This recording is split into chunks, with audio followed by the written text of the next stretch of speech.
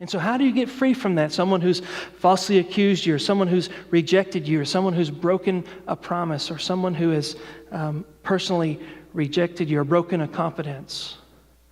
Well, the first step is to understand this basic overarching principle that there is a kind of anger that isn't sinful, that raw emotion, that nuclear energy of your heart, which we would call anger, that it isn't all bad, that there is a kind of anger which is good. In fact, thinking about anger in terms of nuclear energy may be one of the best ways to think about it. I got that from Tim Keller. He says that anger is the nuclear energy of the heart. And like nuclear energy, it's an extremely dangerous emotion. It can destroy, it can do all kinds of damage, just like nuclear energy. But also like nuclear energy, when it's harnessed, when it's properly disposed of, when it's channeled properly, then it can do an amazing amount of good. Anger is the nuclear energy of the heart. And if we can find a way to leverage our anger and dispose of our anger and to harness our anger in such a way that is appropriate, then it can do an incredible amount of good instead of an incredible amount of harm. And if you look through the Old Testament and the New Testament, you see that anger can't be all bad, because Ephesians says, be angry and don't sin. You look in the Old Testament, God himself gets angry. So if a sinless God can get angry, that tells you that anger itself isn't sin. And if you look in the New Testament and it says that Jesus got angry and Jesus never sinned, then there's a sinless way to do anger. So how is it that we can be angry and not sin? Well, you look at Jesus in Mark chapter 3. In fact, if you want to turn there, you can. Mark chapter 3 says that Jesus got angry. He was in the temple and he was about to heal someone on the Sabbath, and the Pharisees were just sitting there pouncing, waiting for Jesus to heal the person on the Sabbath. And as soon as he did it, the Pharisees were going to get on to Jesus and kind of, I guess, try to slander him and slow down his ministry. And when Jesus realizes what the Pharisees are doing, in chapter 3, verse 5 of the Gospel of Mark, it says that he looked around at them, he looked around at all the Pharisees with anger. Same word that you see in the book of Ephesians. Orge. He looked at them with anger, and then he was grieved at their hardness of heart.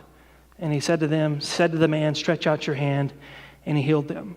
So here you have Jesus. He's getting angry. So angry is not necessarily sinful, but his anger is coupled with grief, and he heals the man. He does it again in John chapter 2. Jesus cleans out the temple. He's overthrowing tables. Pretty good idea. He was probably angry.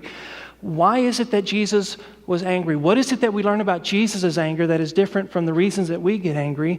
And when you ask that question, what you find out is that the reason that Jesus' anger was sinless, as opposed to our sinful anger, is because Jesus was seeking to protect something with his anger that was righteous. He was seeking to protect the integrity of the Scriptures in Mark chapter 3.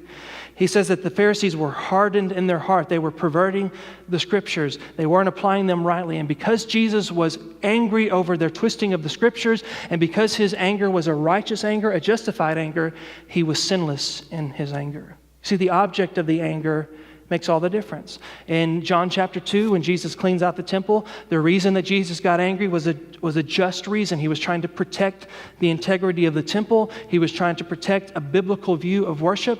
And so since his anger was trying to protect something that was righteous, his anger was justified. Anger is the nuclear energy of the heart. Therefore, all anger seeks to protect something. Every time you get angry, the reason that you're angry is because you're trying to protect something that you deem as valuable, right? Every time that you get angry, you're trying to destroy something or someone who's threatening the object that you value. And so when the object of your anger is righteous, when you're angry over the things that God is angry over, or when you're angry over something that is a threat to God's kingdom, then your anger is justified. So the question of whether or not our anger is biblical or unbiblical, or whether our anger is justified or unjustified, is when we're able to answer the question, who or what am I seeking to protect with this anger? Am I defending myself or am I defending the Lord? Is it about my own kingdom or is it about the kingdom of God? And the answer to that question determines whether or not your anger is justified.